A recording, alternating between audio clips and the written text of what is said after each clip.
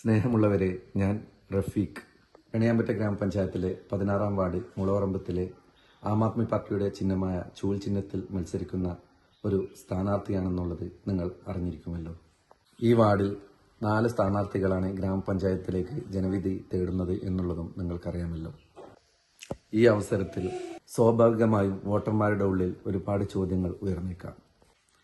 അതിൽ പ്രധാനമായ ഒന്നാണ്, ഇവരിൽ നിന്ന് ആരെങ്കിലും വിജയിച്ചു കഴിഞ്ഞാൽ നമ്മുടെ വാർഡിനും അതുപോലെ തന്നെ നമുക്കും വേണ്ടി എന്തെല്ലാം വികസന പ്രവർത്തനങ്ങളാണ് മുന്നോട്ട് വെക്കുന്നത് എന്നുള്ളത്. എന്തിനാണ് ഞാൻ ഈ വാർഡിൽ മത്സരിക്കുന്നത് എന്ന് ചോദിച്ചാൽ, നാം നൽകുന്ന നികുതി പണം നമ്മളിലേക്ക് തന്നെ തിരിച്ചു വരണം. അതായത് 100 രൂപയുടെ സാധനങ്ങൾ നമ്മൾ വാങ്ങിക്കുമ്പോൾ 20ഓളം രൂപ നമ്മൾ നികുതി നൽകുന്നു. 1 ലിറ്റർ പെട്രോൾ നമ്മൾ 107 രൂപയ്ക്ക് വാങ്ങിക്കുന്ന സമയത്ത് 67 രൂപയോളം നികുതി നൽകുന്നു. അതുപോലെ തന്നെ നമ്മുടെ കെട്ടിട നികുതി, അതുപോലെ തന്നെ ഭൂനികുതി, മറ്റുള്ള ചാർജുകൾ, ഇതെല്ലാം നമ്മൾ സർക്കാരിലേക്ക് നൽകുന്നു. നാം നൽകുന്ന ഈ തുകയിൽ നിന്നും നമ്മളിലേക്ക് തന്നെ തിരിച്ചു തരാൻ വേണ്ടിയിട്ട് സർക്കാർ വിവിധ പദ്ധതികൾ നടപ്പിലാക്കുന്നുണ്ട്.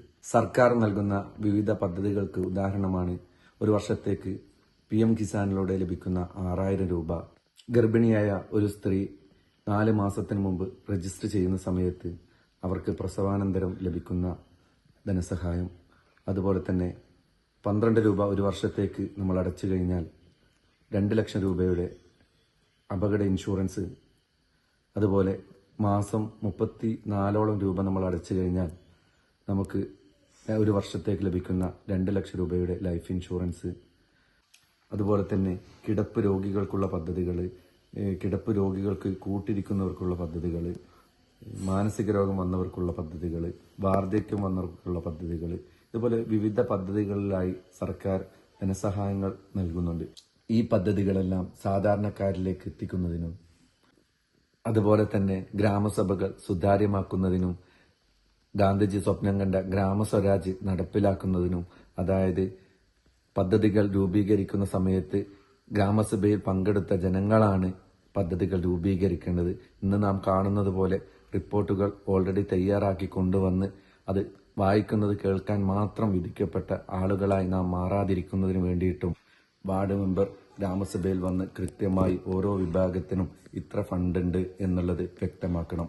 അതായത് കാർഷിക രംഗത്തേക്ക് 10 ലക്ഷം രൂപയുണ്ടെങ്കിൽ കാർഷിക രംഗത്തേക്ക് 10 ലക്ഷം രൂപയുണ്ട് എന്നുള്ളതും, അതുപോലെ തന്നെ നമ്മുടെ ഹെൽത്ത് സെക്ടറിലേക്ക് ഇത്ര രൂപ ഉണ്ട് എന്നുള്ളതും, അതുപോലെ തന്നെ നമ്മുടെ വിദ്യാഭ്യാസ രംഗത്തേക്ക് ഇത്ര രൂപ ഉണ്ട് എന്നുള്ളതും, അതുപോലെ തന്നെ മറ്റു മേഖലകളായ കലാ കായിക സാംസ്കാരിക രംഗങ്ങളിൽ, അതുപോലെ തന്നെ വീട് റിപ്പയറിങ്, റോഡ്, തോട്, സൈഡ് കെട്ടൽ മുതലായവയ്ക്ക് വേണ്ടി ഇത്ര രൂപ ഉണ്ട് എന്നുള്ളതും ആ ഗ്രാമസഭയിൽ വിശദീകരിക്കണം. അതിനുശേഷം അവിടെ കൂടിയ ആളുകളാണ്, ആ ഗ്രാമസഭയിൽ പങ്കെടുക്കുന്ന ആളുകളാണ് തീരുമാനങ്ങൾ എടുക്കേണ്ടതും ആ പദ്ധതി രൂപീകരിക്കേണ്ടതും. അങ്ങനെ പദ്ധതികൾ രൂപീകരിക്കുമ്പോൾ അത് നമ്മുടെ നാട്ടിലെ മുഴുവൻ ആളുകൾക്കും ഉപകാരപ്രദമാവുന്ന രീതിയിൽ ആയിത്തീരും.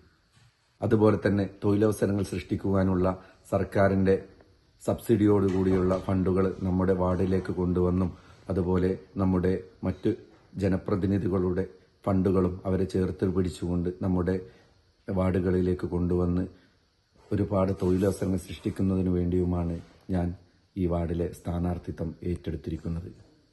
ഇതാണ് എൻ്റെ രാഷ്ട്രീയം. ഈ രാഷ്ട്രീയമാണ് എനിക്ക് നിങ്ങളുടെ മുന്നിലേക്ക് വെക്കാനുള്ളത്. മാറാൻ നിങ്ങൾ തയ്യാറാണെങ്കിൽ മാറ്റം സാധ്യമാണ്.